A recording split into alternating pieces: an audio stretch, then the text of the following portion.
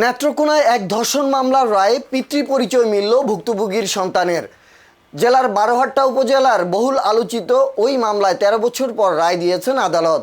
মামলার একমাত্র আসামি হেলালকে দেওয়া হয়েছে যাবজ্জীবন কারাদণ্ড, একই সঙ্গে 1 লাখ টাকা অর্থদণ্ড এবং অনাদায়ে আরও 6 মাসের সশ্রম কারাদণ্ড দিয়েছেন আদালত।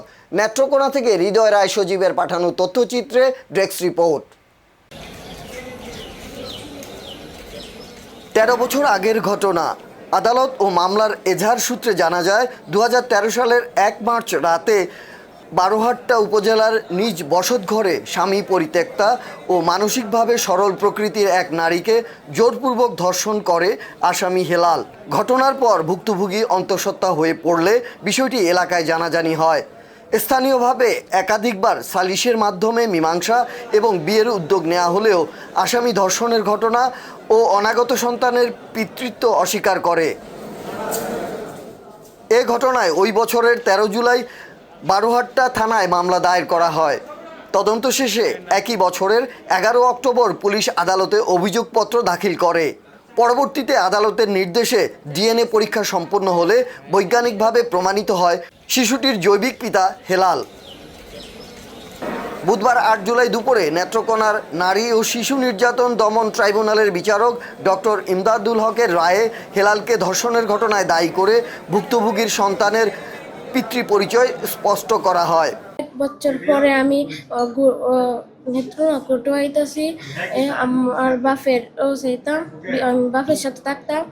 অনেক উহিলের বলে যাইতাছি, পুলিশের বলে আইতাছি। অনেক 13 বছর পরে আমি আমার বাপের পরিচয় আমি পাইছি সরকার থেকে। আলহামদুলিল্লাহ 13 বছর ধরে চাকরি ঘোরাফেরা করতেছি। 13 বছর পরে আমি বিচার মামলার যে রায় হয়েছে, আমরা এলাকাবাসী এই রায়েতে এই সরকারের প্রতি কৃতজ্ঞতা প্রকাশ করছি এবং পিপি সাহেবের কারণেই এই মামলা দ্রুত গতিতে অগ্রগতি হয়েছে। পিপি সাহেবের জন্য আমরা কৃতজ্ঞতা প্রকাশ করছি। 2013 সালে একটা নারী শিশু ওনাকে ধর্ষণ করা ছিল। খুদবানু দর্শন, যাকে ধর্ষণ করা হয়েছিল সেই ব্যক্তি বাচ্চা প্রসবের কিছুদিন পরে ওই ব্যক্তি মারা যায়, ভিকটিম মারা যায়। নারী ও শিশু নির্যাতন দমন ট্রাইব্যুনালের পাবলিক প্রসিকিউটর নুরুল কবির রুবেল জানান, ডিএনএ পরীক্ষার মাধ্যমে শিশুটির পিতৃত্ব নিশ্চিত হয়েছে। ফলে ভুক্তভোগীর শিশু হেলালের আইনগত সন্তান হিসেবে স্বীকৃতি পাবেন এবং প্রচলিত আইন অনুযায়ী পিতার সম্পত্তি সহ অন্যান্য আইনগত অধিকারের দাবিদার হবেন। থানার একটা মামলা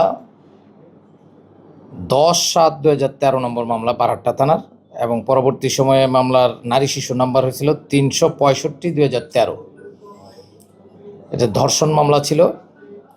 আসামি, আজকের যে আসামির বিজ্ঞ আদালত যাবজ্জীবন কারাদণ্ড দণ্ডিত করেছেন এবং 1 লক্ষ টাকা তাকে অনাদায়ে জরিমানা করেছেন।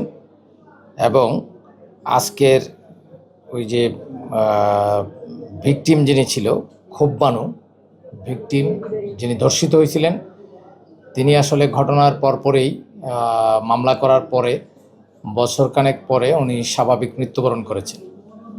কিন্তু সেই ভিকটিমের যে সন্তান, সেই ভিকটিমের সন্তান, আজকের এই যে মেয়ে, এই ভিকটিমের সন্তান, এই ধর্ষণের ফলে জন্ম নেওয়া যে সন্তান, এই সন্তান দীর্ঘ 13 বছর যাবৎ সে তার পিতৃ পরিচয়ের জন্য এই আদালতের দ্বারগোড়ায় তার আত্মীয় স্বজন নিয়ে ঘুরতেছিল।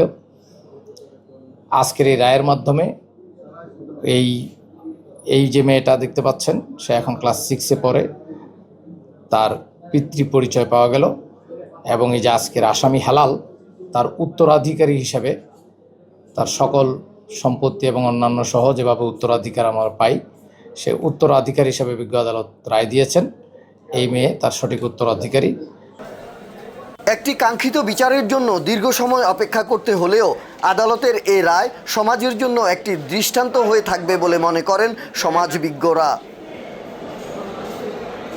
News desk, channel TT, Dhaka.